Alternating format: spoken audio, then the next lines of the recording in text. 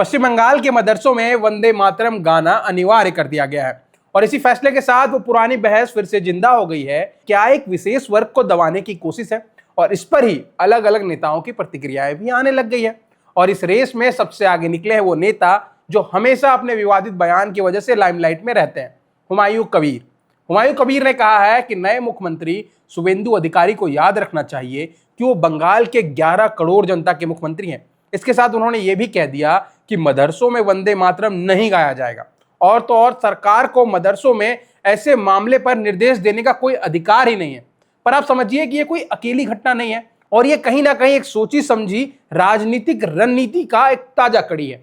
और जब तक हम इस पूरी कड़ी को समझेंगे नहीं, तब तक हम ये नहीं समझ पाएंगे कि सरकार आखिर चाहती क्या है।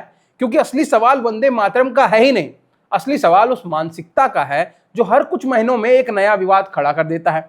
हर बार कोई एक नया प्रतीक उठ जाता है जिससे एक नया समुदाय निशाने पर आ जाता है।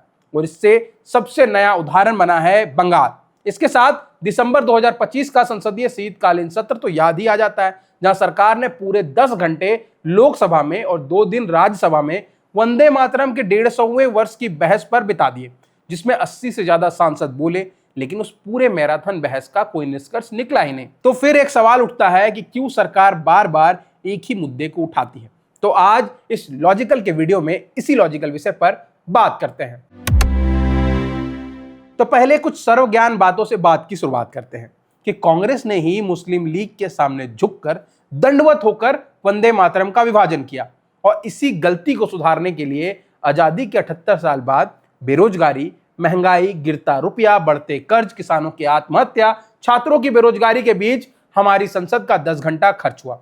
और आपको शायद पता ना हो कि भारतीय संसद के संचालन में प्रति घंटे 1.5 करोड़ रुपए खर्च होते हैं। मतलब इस बहस में 15 करोड़ रुपए खर्च किए गए, वो भी 88 साल पुराने एक निर्णय पर।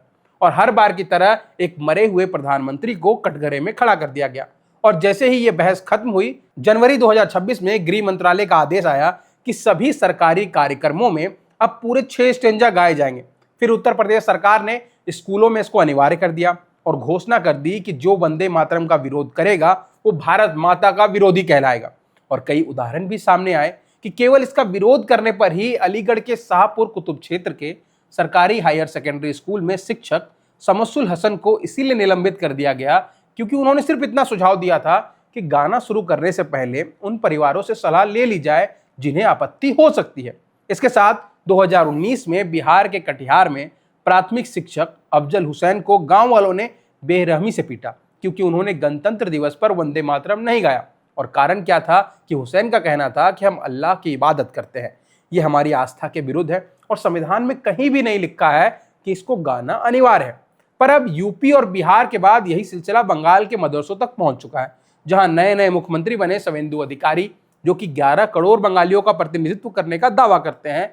उसी का प्रशासन एक खास समुदाय के संस्थानों को विशेष आदेश पारित करती है। और इस पर ही प्रदेश बीजेपी अध्यक्ष सामिक भट्टाचार्य का तर्क है कि कांग्रेस ने हमेशा वंदे मातरम का नारा लगाया है, तो अब समस्या क्या है। पर एक तरफ आपकी सरकार कांग्रेस को आरोपी बोलती है, फिर आप ही बोलते हैं कि कांग्रेस इसके सपोर्ट में थी।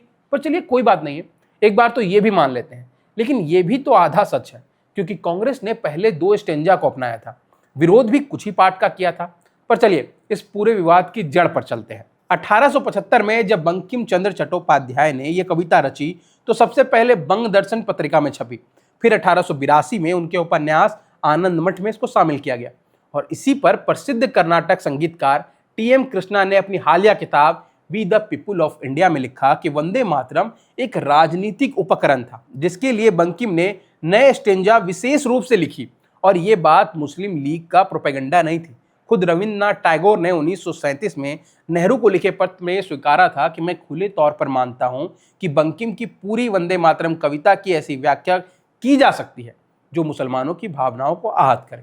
और यह भी याद रखिए कि ये वही टैगोर है जिन्होंने 1896 में कांग्रेस अधिवेशन में पहली बार सार्वजनिक रूप से इसको गाया था, जिन्होंने इसकी धुन बनाई थी। यानी जिस व्यक्ति को सरकार इतना सम्मान देती है उसी ने माना कि इसमें असहजता हो सकती है। और इसी आधार पर 30 अक्टूबर 1937 को कोलकाता में कांग्रेस कार्य समिति की बैठक हुई जिसकी अध्यक्षता नेहरू कर रहे थे, लेकिन जिसमें सरदार वल्लभ भाई पटेल, डॉक्टर राजेंद्र प्रसाद, मौलाना अबुल कलाम आजाद, भुलाए भाई देश में सब मौजूद थे। तो अगर आज हम उस निर्णय को गलत कहते हैं तो परोक्ष रूप से हम उन सभी को कटघरे में खड़ा कर रहे हैं जिनकी प्रतिमाएं हम चौराहे पर लगाते हैं, जिनके नाम हम योजनाओं के नाम में जोड़ते हैं, जिनकी 182 मीटर की ऊंची प्रतिमा हमें गर्व का एहसास कराती है।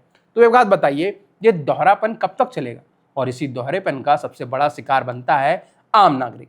पर अगर इस मुद्दे को सही तरीके से समझना है तो इसे जानने के लिए हमें गाने के उन 6 स्टेंजेस को देखना होगा जिसमें पहली 2 मातृभूमि की प्राकृतिक सुंदरता का वर्णन करती है, जिसमें बहती नदियां, हरे खेत, फलों से लदे पेड़, ठंडी हवाएं।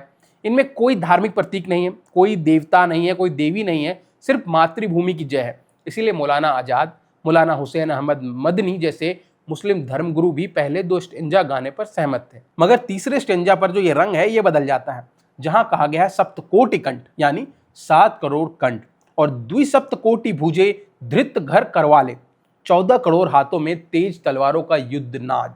चौथे स्टेंजेस में मातृभूमि की छवि मंदिरों में बताई गई है। 5वें स्टेंजे में मातृभूमि को सीधे देवी दुर्गा के रूप में दिखाया गया है, तू ही है दुर्गा 10 अस्त्र धारण करने वाली। और 6ठे स्टेंजे में मातृभूमि को लक्ष्मी और सरस्वती के रूप में दिखाया गया। और जब आप सोचिए कि जब किसी मुस्लिम बच्चे को नमामि यानी कि मैं नमन करता हूं शब्द एक साथ इन देवियों का नाम लेकर कहा जाएगा तो ये उसकी तौहीदी की आस्था से सीधा टकराएगा। और ये कोई मुस्लिम बहाना नहीं है, बल्कि एकेश्वरवादी धर्म की जो भी विचारधारा है, जो भी इसका पालन करते हैं जैसे कि ईसाई, वो भी इस वजह से ही फरवरी 2026 में आंध्रा के क्रिश्चियन ले फेथफुल फोरम ने भी इस आदेश के विरुद्ध आवाज उठाई थी। उन्होंने कहा था कि बाइबल के एक्सोडस 20.35 के अनुसार उनके बच्चों के लिए मातृभूमि को देवी मानना, उनका नमन करना उनकी आस्था के विरुद्ध है। यानी ये विवाद सिर्फ हिंदू मुस्लिम का नहीं है, ये संविधान के अनुच्छेद 25 की मूल भावना का है, जो हर भारतीय को अपनी आस्था के अनुसार जीने का अधिकार देता है। और जब मुस्लिम स्पष्ट रूप से कहते हैं कि हमें दूसरों के गाने पर आपत्ति नहीं है, हमें अपने ऊपर थोपे जाने से आपत्ति है, तो ये स्थिति बिल्कुल साफ कर देता है। लेकिन सरकार को यह बात शायद पहले से पसंद नहीं है, क्योंकि उनका असली एजेंडा बहुत अलग है। और इसको देखने के लिए आप यूपी सरकार के उस बयान को देख सकते हैं जहां कहा गया कि हम नए जिन्ना को पैदा नहीं होने देंगे। ये बताता है कि असली मकसद देशभक्ति का परीक्षण नहीं है, एक समुदाय को विलन के रूप में दिखाना है। पर जहां तक मुझे लगता है, और मैं फिर से दोहरा रहा हूं कि जहां तक मुझे लगता है कि इन सब के बीच असली सवाल खो जाता है कि पश्चिम बंगाल में बेरोजगारी क्यों है, बिहार के मदरसों में बुनियादी सुविधाएं क्यों नहीं है, पूरे देश में कई जगहों पर एक ही टीचर पर पूरे स्कूल की जिम्मेदारी क्यों है, किसानों को उचित एमएसपी कब मिलेगा। ये सब प्रश्न इन सब के नीचे दब जाते हैं और सवाल सिर्फ एक रह जाता है, वंदे मातरम बनाम राष्ट्रद्रोह। और एक बात बताइए कि ऐसा क्यों है कि हर बार वही पुराना ध्रुवीकरण बार बार किया जाता है? हर बार एक मुर्दा प्रधानमंत्री को कटघरे में खड़ा करके आज की असली समस्याओं से ध्यान भटकाने की कोशिश की जाती है, जबकि एक तरफ रुपया गिर रहा है, बेरोजगारी जो है वो रिकॉर्ड तोड़ती जा रही है, महंगाई आसमान छूती जा रही है।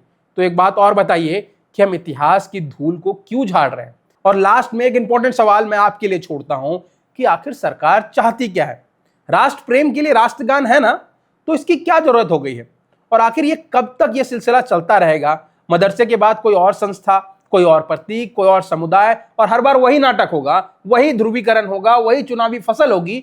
इसीलिए आज जरूरी है कि हर भारतीय, चाहे वो किसी भी धर्म का हो, जाति या क्षेत्र का हो, यह सवाल पूछे कि राष्ट्रगीत राष्ट्र को जोड़ने के लिए है या आपकी राजनीति की रोटियां सेकने के लिए? अब आपकी इस विषय पर क्या राय है? कमेंट सेक्शन में हमें जरूर बताइए। और अगर आपको ये वीडियो पसंद आया है तो इसको लाइक करें और ऐसी ही और वीडियोस के लिए जुड़े रहें बजरबट्टू दुनिया पर।